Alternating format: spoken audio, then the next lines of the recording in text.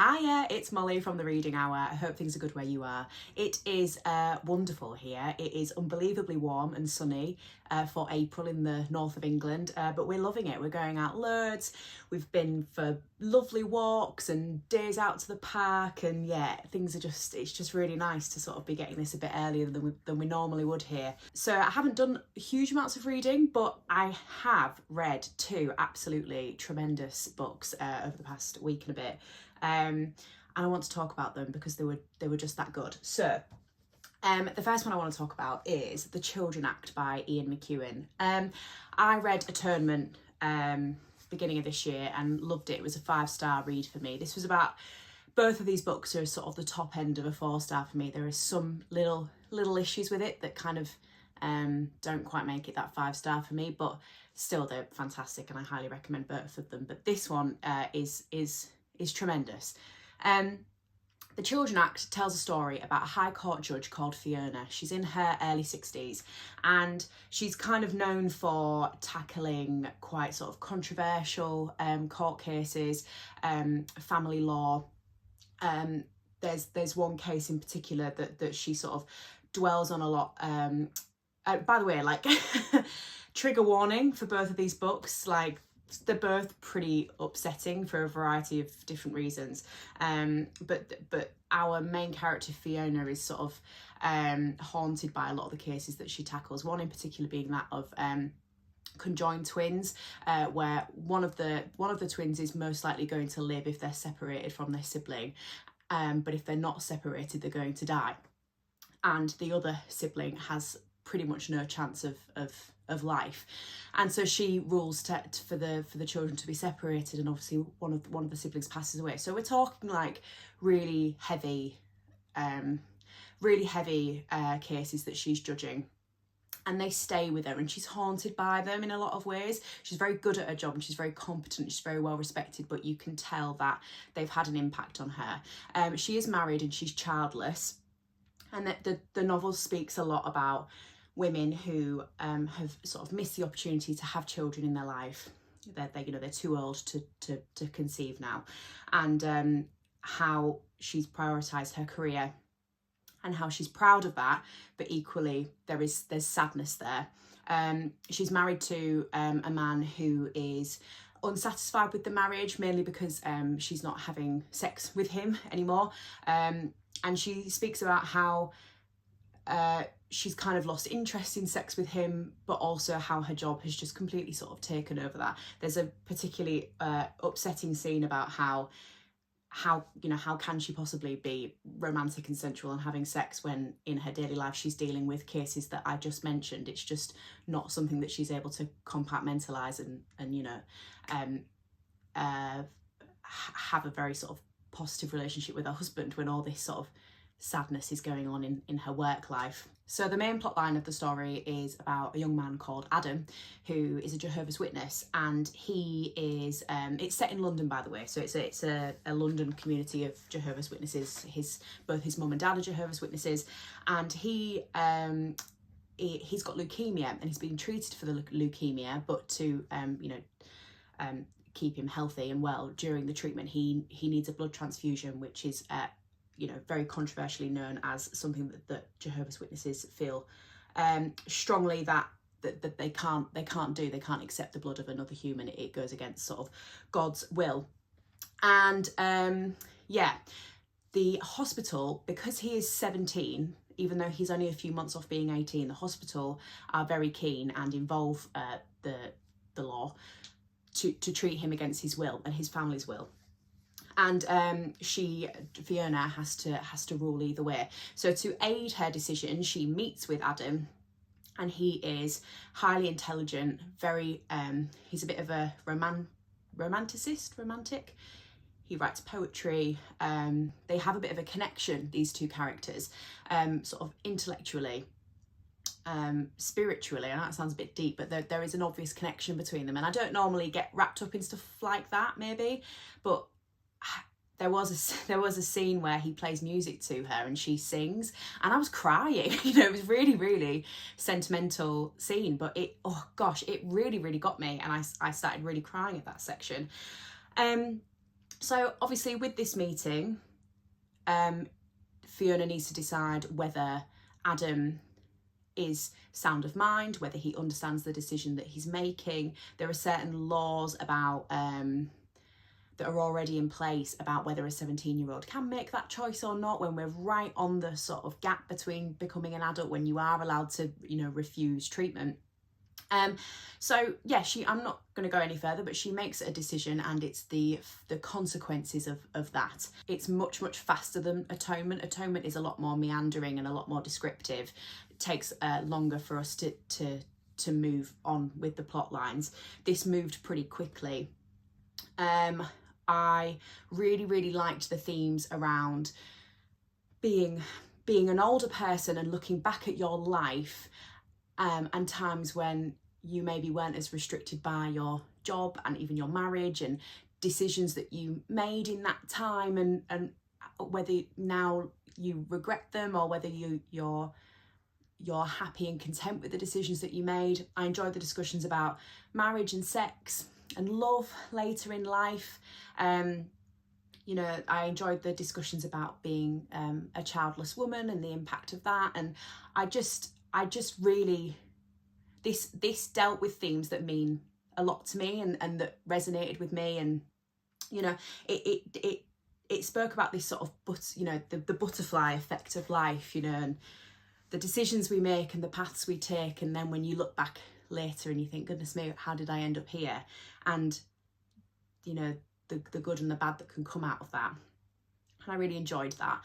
See, I'm not a religious person at all, and so, you know, forgive me if you do have faith and you maybe find these conversations difficult or these ideas to listen to, or, you know, I don't want to upset anyone, but basically I have no faith, and so it's absolutely absurd to me that somebody might refuse treatment on the basis of that. You know, this idea that it's God's plan that you're going to die, and so we need to just accept that. And so I have huge trouble with that. And so it was really interesting, you know, hearing this obviously very intelligent young man battle with that. A young man that's got so much to give the world, and yet his lighting. A young man that's got so much to give the world, and yet his faith is going to result in him not being able to see the rest of his life or experience the rest of his life. I don't know. It's one of those books that gets you thinking, and I like the two McEwan books that I've read so far. They both have those themes. I love it. I love what he does with his writing. He's very thoughtful. I think I saw an interview with him, and he's not a huge plotter. I think he is more of, I think the phrase is a pantser, like you just start writing and see what happens. And if that is the case, it's miraculous that the themes that he's able to weave together in this novel, because yeah, I loved it. The Children Act by Ian McEwan, I gave it 4.5 stars. Highly recommend. It's beautiful. So the second book I read was There by Tommy Orange, and an equally challenging novel.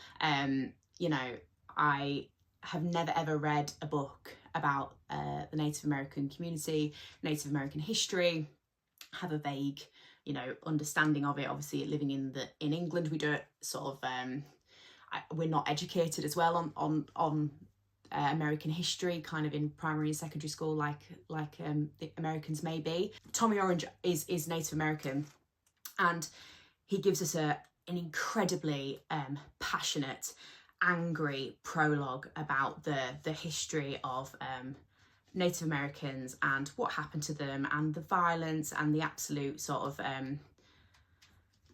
how they were just completely taken over, consumed, displaced, forgotten about. And yeah, so, you know, your first 5 pages are like, whoo, okay, this is heavy, this is terribly sad. But this novel isn't about it's not about the history of Native Americans. It's not about Native Americans living on reservations or anything like that. It's about modern, he uses the term urban Native Americans living in Oakland, California. Yeah, Oakland. And how, when you have a group of people who for hundreds and hundreds of years have had everything taken away from them, how can these modern communities live in a country that has little support, little welfare, and little time and love and care for these people. They do not have the resources, the money, the education, the support to thrive. The support that they do have is from other Native Americans, like there's like Native American sort of communities and support communities that a lot of the characters seek help from, but that's kind of it. Other than that, they're kind of left to crack on. There's also a lot of alcoholism going on in the Native American community in Oakland at this time. This is I imagine set like now. There's talks about drones, and I don't actually think he gives us the date, but I mean imagine it today. So the alcoholism sounds like a problem that they've got throughout the community. There is a character with fetal alcohol syndrome, and he's a very upsetting character. And a lot of these characters as well have had parents walk out on them, or they're being raised by grandparents, which I think is quite a common thing that's going on. So basically there's just a lot of displacement and a lot of a lack of support for children and young people, and lots of sadness and alcoholism for the older people in the community. So all of the characters that Tommy Orange tackles in this story, or most of them, are making their way towards, oh, I've got an eyelash in my eye, sorry. They're making their way towards the powwow, which is like a Native American celebration, like a festival day, I think. Some of them are making their way there for more violent and frightening reasons. And so there's tension building, because you know, and it tells you in the blurb, it's not a secret, you know something is going to happen. So as these characters are moving towards the powwow, the tension is really, really building. We don't spend a lot of time with the characters. It's only a short book and there's so many characters. So most characters only have like 2 or 3 chapters, you know, from their perspective or about them. And so it's more, and I think that took me a while to realise that it's not about the characters specifically, it's about looking at them as from a bird's eye view of their community from so many different perspectives, as they all come together towards the powwow. The tension builds unbelievably. It's like, oh god, this is really, really you know, shit's gonna go down, and I feel very, very on the edge of my seat about this. It becomes quite disorientating, the last sort of third, and I think that there's sort of like a random character that's sort of thrown in that I didn't really understand. But I think the reason for that disorientation and for the very short, quick chapters that we get at the end of the sort of the last third of the novel is because Tommy Orange is really trying to build us up to you know, the events of the end of the book, which I will say I sobbed so much I gave myself a migraine. So like, heads up, this is a heavy novel, but for all the sort of little, like, oh, this was maybe a little bit too quick, or oh, I'm a little bit confused about where this character and that character is, even if that wasn't 100% clear, and even if I did have to flick back and work out who certain characters were and who they were related to, this is a debut novel and it is so ambitious, and to tackle this is like phenomenal. You come away from this book just feeling angry, kind of hopeless. It's not a happy ending. So just like, heads up, it's not like a cheery read. I think that's quite clear with the blurb. But it's I feel better and more knowledgeable and not more educated, more empathetic for reading this book. I'm talking about it, I can feel myself tearing up now. It's so emotional. So don't read it when you're in a good place. Maybe not when you're feeling really, really shit about the human race or anything, because it won't make you feel any better. But yeah, beautiful. Highly, highly, highly recommend. Just to put in really quickly as well, this was one of my favourite booktubers on here, because he's done such a good Discworld read through, which I think he's just finished. I'm really looking forward to the finale, Mark. If you're watching, I can't wait. This was his favourite book of 2024, and I can see why. It was amazing. If for some reason you're subscribed to me and not subscribed to Mark, please do go over and check out Mark's channel, because he is his channel's amazing. Like, his editing is wonderful. He gives such insightful opinions on his books, and I just really, really recommend Mark's channel. It's wonderful. So yeah, this was Mark's top book of 2024, which is why I picked it up. So I did a TBR for April, and I did a little vote on my Instagram about what to read next, and Pride and Prejudice by Jane Eyre tied with Equal Rights by Terry Pratchett. So I put it to my daughter, I put the casting vote to my daughter. I'll just put a little clip in now. Are you ready, baby? I want you to do the casting vote for me. Pride and Prejudice or Equal Rights? Which are you voting for? Can you say Pride and Prejudice? Pride and Prejudice. Good.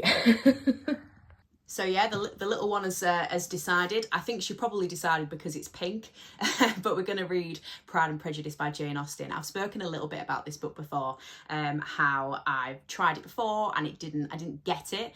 I've tried a couple of chapters of this already, and already it's made me laugh out loud. So I think I get it a bit more. I mean, I would have tried to have read this early secondary school.